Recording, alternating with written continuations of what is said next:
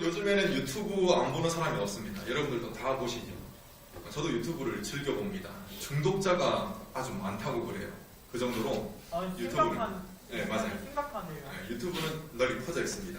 절대 해야죠. 그런데 유튜브가 유명해지기 전에 제가 영상을 이렇게 좀 그때는 뭐 네이버라든지 아니면 다른 루트를 통해서 영상을 보곤 했습니다. 근데 그때 굉장히 재밌는 영상을 본 적이 있어요. 그걸 보고 제가 배꼽이 빠지도록 웃었습니다. 그런 기억이 있어요. 근데 이거를 제가 여러분에게 말씀을 드리려고 하는데 그 당시에 집의 구조를 조금 알아야 같이 좀 웃길 수가 있어요. 그게 웃길 수가 있습니다. 예전에 제가 어디에 살았냐면은 1980년도 초등학교 때 일이었습니다. 그때만 해도 구조가 독특했습니다. 요즘에는 그 쓰레기 배출할 때 어떻게 배출합니까? 분리수거하죠. 철저히 그나마 분리수거를 해가지고 밖에 배출합니다. 1층에다까지 이제 만약에 내가 5층에 살고 있으면은 1층까지 내려와서 배출을 하는 거죠. 근데 과거에는 그런 구조가 아니었습니다. 제가 사는 집만 하더라도 제가 이제 그 베란다가 있거든요. 베란다 이렇게 들어가 보면 이제 벽에 구멍이 있습니다. 근데 그 구멍이 뭐냐면 쓰레기를 그냥 투척하는 구멍이에요. 얼마나 간단하겠습니까? 쓰레기가 막 모이면은 베란다로 걸려 들어가가지고 투척하면 끝이에요. 그러면 이제 일주일에 한 번씩 혹은 이제 3일에 한 번씩 쓰레기 수거하는 사람들이 딱 돌아가면서 그걸 처리합니다. 얼마나 간편한지 모릅니다. 만약에 각 가정마다 그런 투척구가 없으면은 이제 5층 전체가 사용하는 그런 투척구가 있었습니다. 아무튼 중요한 거는 1층까지 쓰레기를 안 가지고 내려가도 된다는 겁니다. 굉장히 편리하죠. 자, 이런 구조를 가진 집에서 나오는 어떤 아주머니의 영상이었습니다. 자, 어떤 거 뭐 지어낸 이야기겠지만 그런 영상이겠지만 굉장히 웃겼어요. 자, 아주머니가 굉장히 급하게 집 밖으로 나갑니다. 그런데 한 손에는 가방을 들고 한 손에는 가득 차 있는 쓰레기 봉투를 들고 나옵니다. 근데 막 정신없이 나오다가 투척구를 열고 집어넣었어. 그러니까 막 돌이키는데 아줌마 깜짝 놀라는 거예요. 깜짝 놀랐어. 왜 놀랐겠습니까? 원래 쓰레기 투척구에는 뭐를 넣어야 되죠? 쓰레기를 넣어야 되는데 가방을 던져놓은 겁니다. 이게 얼마나 골치 아픈 일입니까? 자, 이게 남의 일이기 때문에 뭐 픽션이기도 하고 남의 일이기 때문에 제가 그걸 보고 막 재밌다 이렇게 웃었는데 만약에 제가 그런 일을 겪었다면 굉장히 난감할 것 같습니다. 냄새나는 쓰레기를 다 뒤져야 되잖아요. 찾으려면. 얼마나 난감하겠습니까? 자, 조금 전 영상 속의 아주머니는 순간적으로 잘못된 판단을 했습니다. 급하게 서두르느라고. 그래서 필요한 가방, 정작 필요한 가방을 던져버렸습니다. 만약에 조금만 더 천천히 행동했더라면 그런 일은 없었을 거죠. 자, 여러분, 이 아주머니가 가방을 던져놓고는 저는 이렇게 속으로 이야기했을 것 같습니다. 아, 말도 안 돼. 어떻게 이런 일이? 이런 말을 했을 것 같습니다. 그런데 여러분, 우리가 가만히 생각해 보면은 이것보다 더 말이 안 되는 행동을 하신 분이 있다. 이상한 일을 하신 분이 있다라는 것. 그것을 알 수가 있습니다.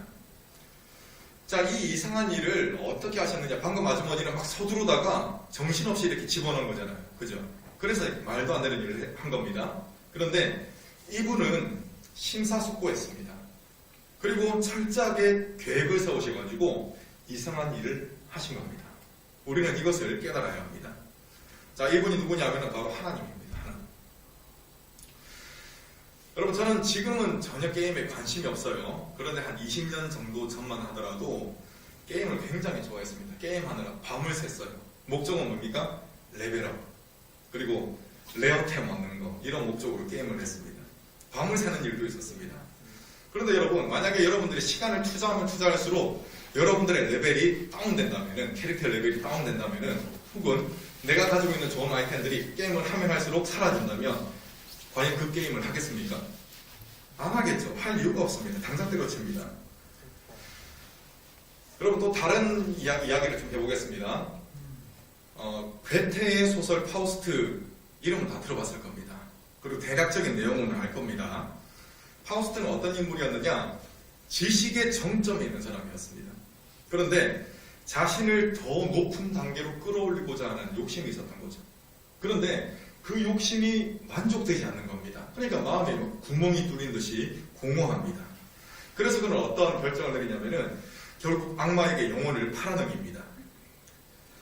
소설 파우스트가 굉장히 읽기가 어렵습니다. 그리고 힘듭니다. 그런데 아무튼 간략하게 정리해보자면 파우스트가 했던 행동은 무엇을 위한 행동입니까?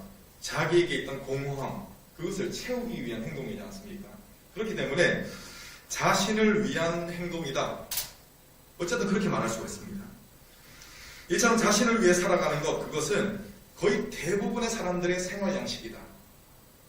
뭐를 위해서 살아가는 건요? 자신을 위해서 살아가는 것은 거의 대부분의 사람들의 생활 양식이다라고 해도 과언이 아닐 겁니다.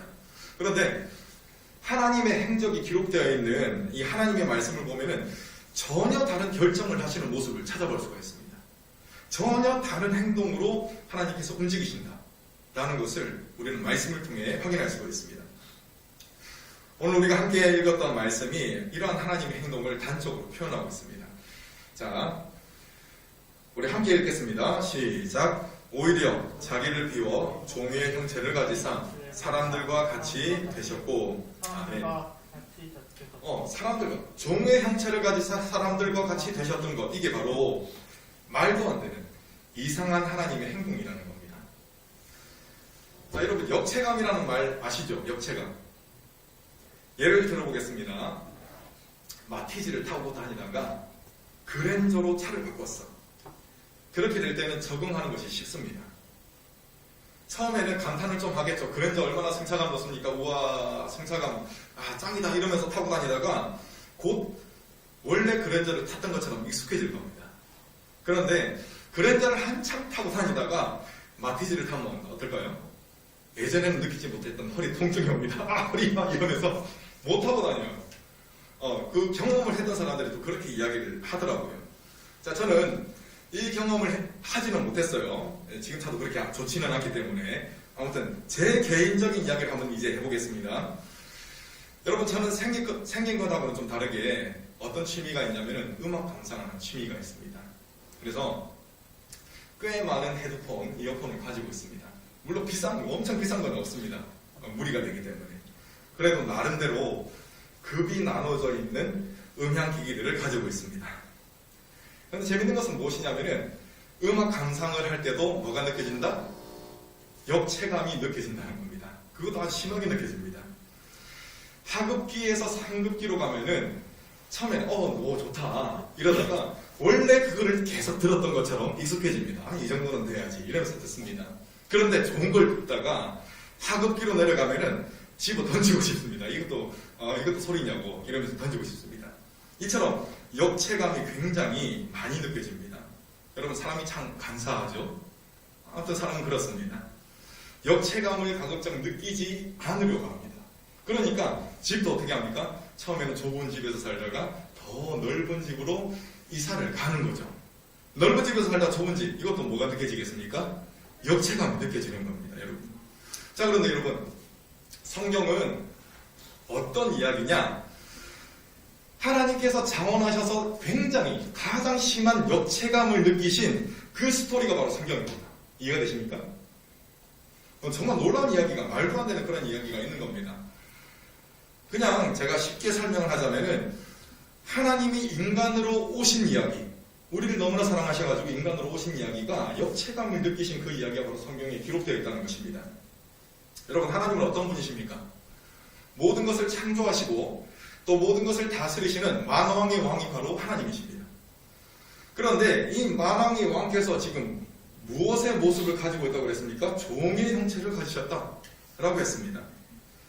이 빌립보서 2장 7절 말씀은 하나님의 심각한 역체감, 그것을 한 줄로 설명하고 있습니다. 하나님은 처녀인 마리아의 뱃속에 생명을 주셨습니다. 그리고 그 생명은 바로 누구냐면은 인간으로 오시는 하나님 자신이었습니다. 이게 굉장히 신비입니다. 이제 예수님이 이 땅에 오실 때 이야기를 좀 해볼까요?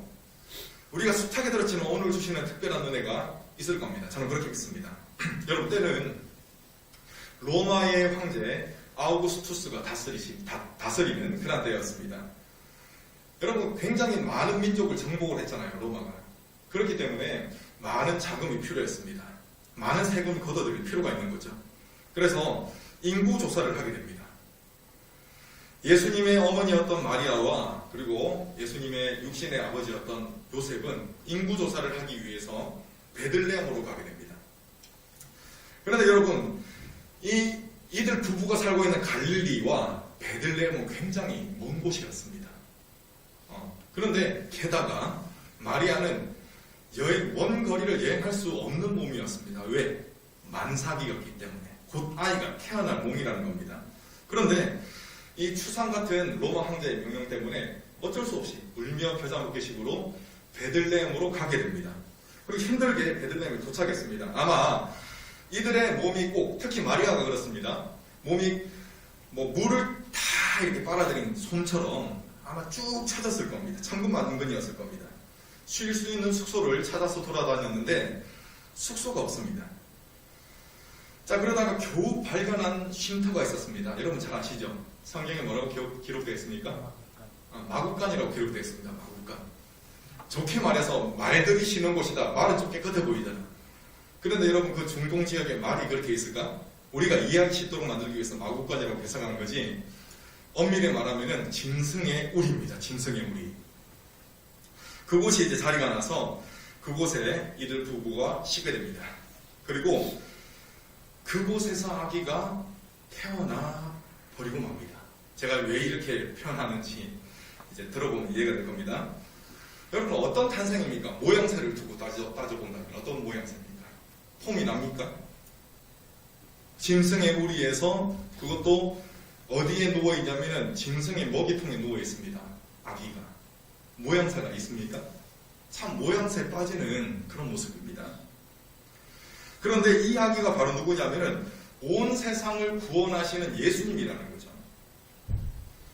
천사들은 예수님께서 나신 소식을 목자들에게 이렇게 알렸습니다. 누가복음 2장 11절 말씀에 보면은 오늘 다윗의 동네에 너희를 위하여 구주가 나셨으니 곧 그리스도 주시니라. 아멘.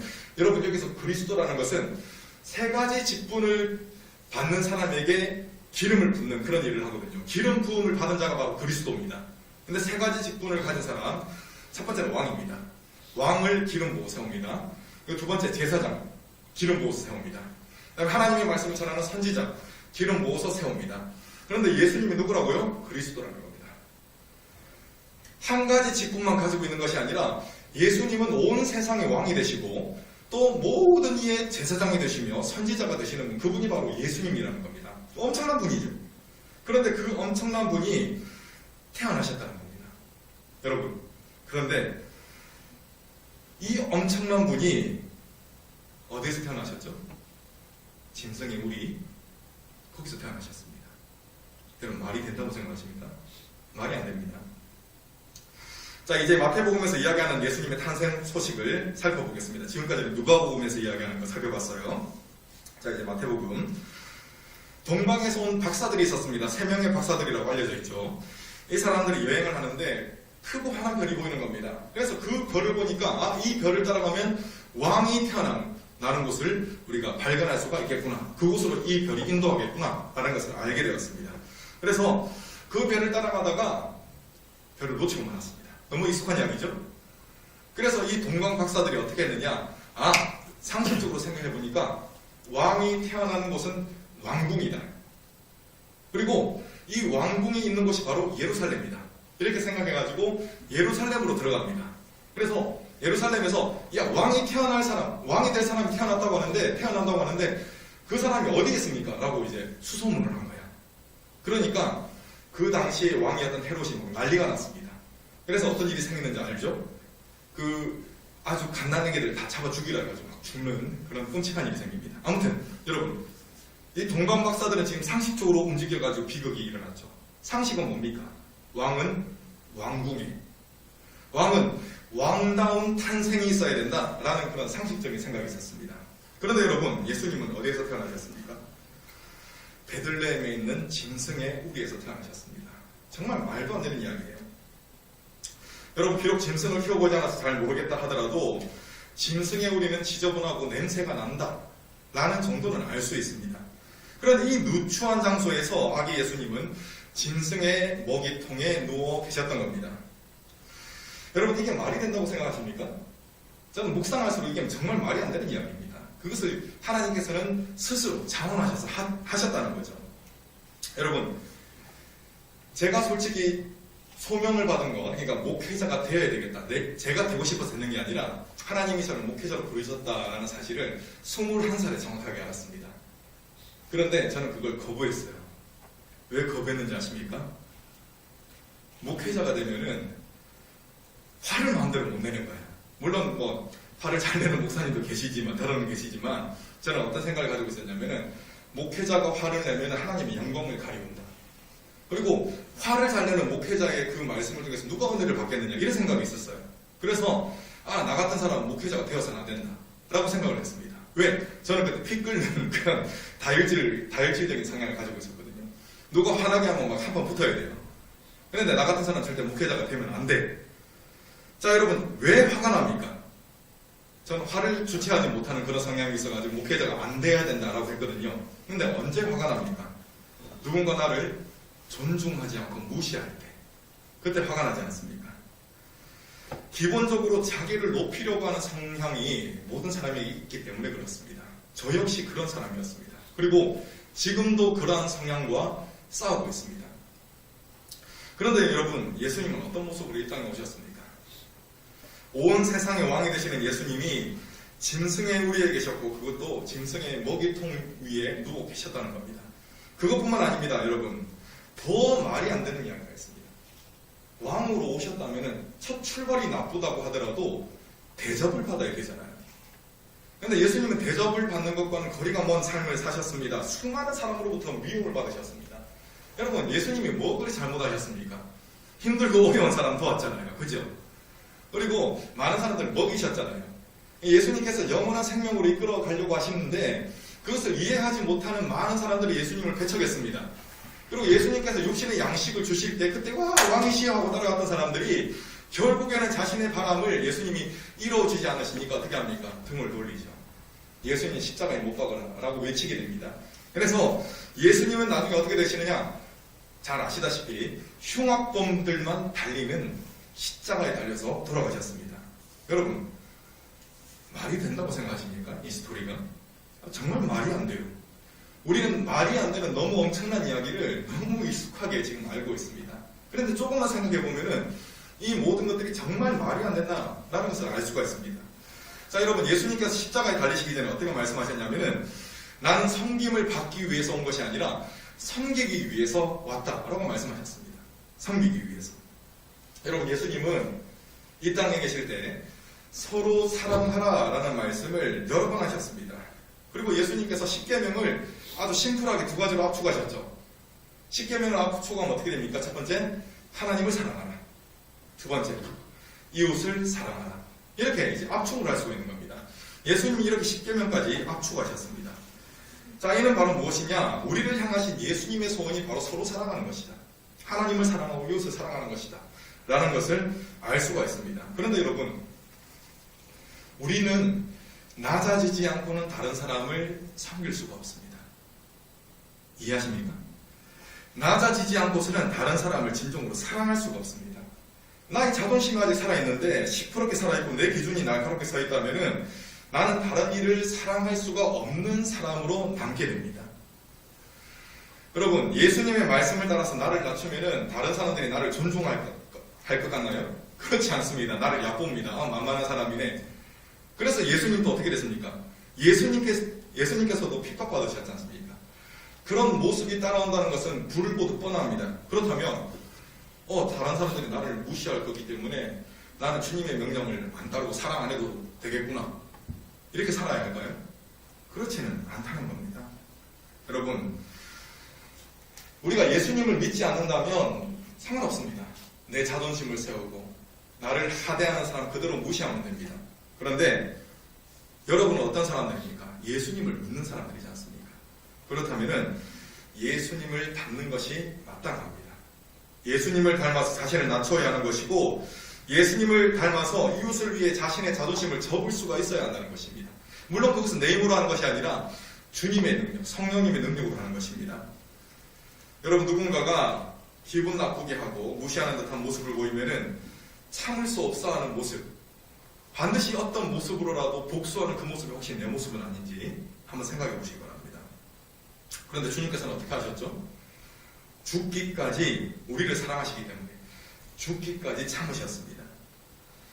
그리고 주님은 그분을 믿는 우리가 서로 사랑하는 삶을 살기를 원하십니다. 여러분, 예수님께서 하셨던 이야기 중에 여러 가지 이야기가 있는데 선한 사마리아 이야기, 사마리아인 이야기, 강도 만난 자 이야기 잘 아시죠? 이 이야기 스토리 여러분 교회학교 때부터 숱하게 들었을 겁니다. 자, 이 이야기를 하시고 예수님께서 뭐라고 하셨는지 기억나십니까? 너도 이와 같이 하라 라고 말씀하셨습니다. 강도를 만나가지고 거의 죽게 된 이 사람을 제사장과 레위인 그리고 그 모든 다른 사람들 다 그냥 스쳐 지나갔습니다. 나의 손을 더럽힐 수 없다 이겁니다. 귀찮게 된다 이겁니다. 그게 싫어서 다 스쳐 지나갔습니다. 그런데 무시받던 사마리아인은 그곳을 지나치지 않았습니다. 그를 돌봐주고 싸매주고 치료해주고 숙소에 맡겨서 필요한 모든 것들, 지출되는 모든 것들 제 앞으로 계산하십시오 라고 했던 사람이 바로 누굽니까? 사마리아인입니다.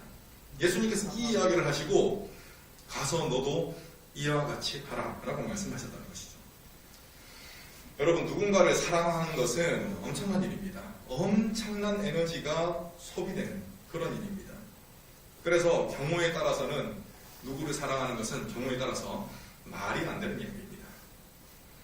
내 자식을 사랑하는 것, 이것은 당연한 거죠. 내 가족을 사랑하는 것 당연한 겁니다. 그런데 여러분들이 탁 떠올렸을 때 사랑할 수 없는 그 사람 한번 떠올려보시기 바랍니다. 그 사람을 사랑하는 게 어떻게 가능합니까? 저는 불가능하다고 생각합니다. 정말 불가능할 겁니다.